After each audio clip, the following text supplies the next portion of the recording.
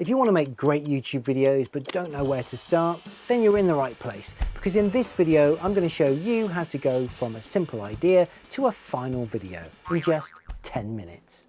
If you're new to the channel, then welcome. I'm Adam Loretz and I've been making videos for decades and been on YouTube since day one. My videos have notched up millions of views, so hold on to your hats and open your minds, because I'm about to start dropping some of those knowledge bombs for you right now.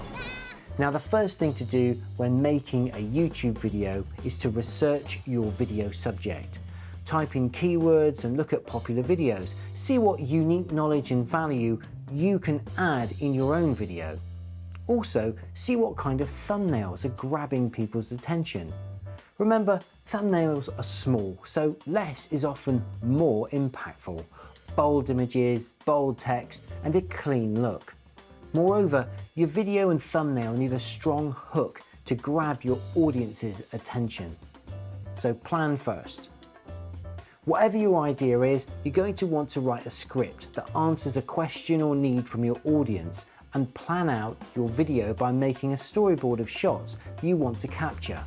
Remember, by the end of your video, you want your audience to have taken on board your message, to see things differently or more clearly, or maybe just have a laugh. Now, there's too many elements to most productions. A-roll, the chatty bit, and B-roll, which illustrates everything that's been talked about. Now, in this example, the A-roll is a piece to camera from Lindsay, and the B-roll are clips of her painting in her studio. When it comes to filming, use whatever camera you have. Personally, I use a mirrorless camera. However, a modern mobile phone would do a very good job. Okay, let's get filming. But what to film first? Well, whenever possible, it's best to do the piece to camera first, because you never know what is going to be said, and you may have other things to add to your list of B-roll. So it's a very smart way to set about doing your video.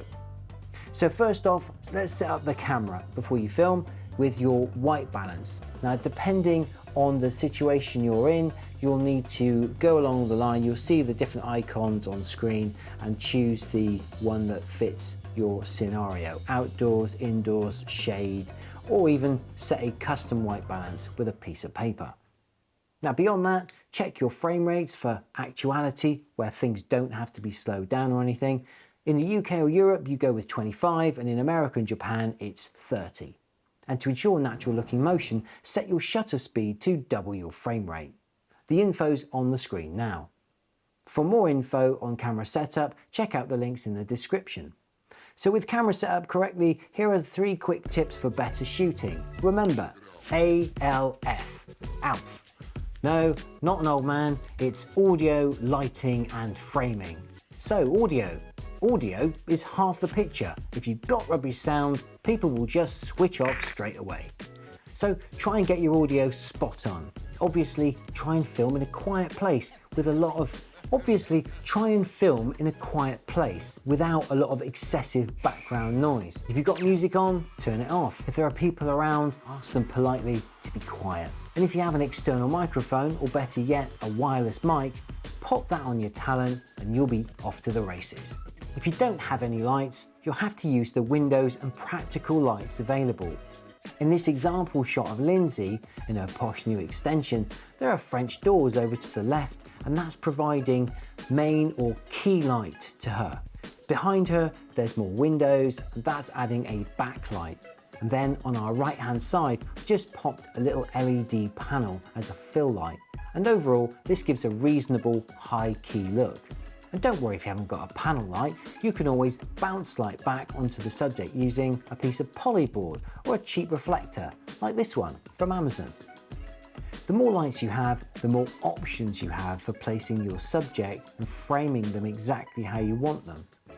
In the meanwhile, you just have to get creative positioning your subject around the lights and practical lights you've got to hand. So lighting and framing really do go hand in hand. Now, because I want you to succeed, here's a quick overview of lighting. Now, fundamentally, the bigger the source of light and the further away it is from your subject, the softer and more flattering it will be, casting softer shadows. If you have a lot of light from both sides, you'll end up with this high key look, a bit like what I've got here with Lindsay.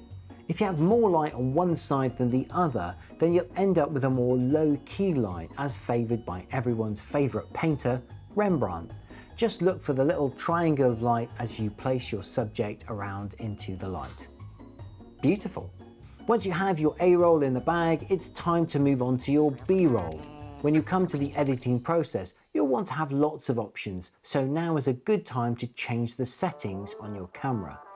So if your camera can shoot 50 or 60 frames per second, then you can slow down your footage in the edit, giving you more creative opportunities. Just remember to also adjust your shutter speed to double your frame rates. The info's on screen now.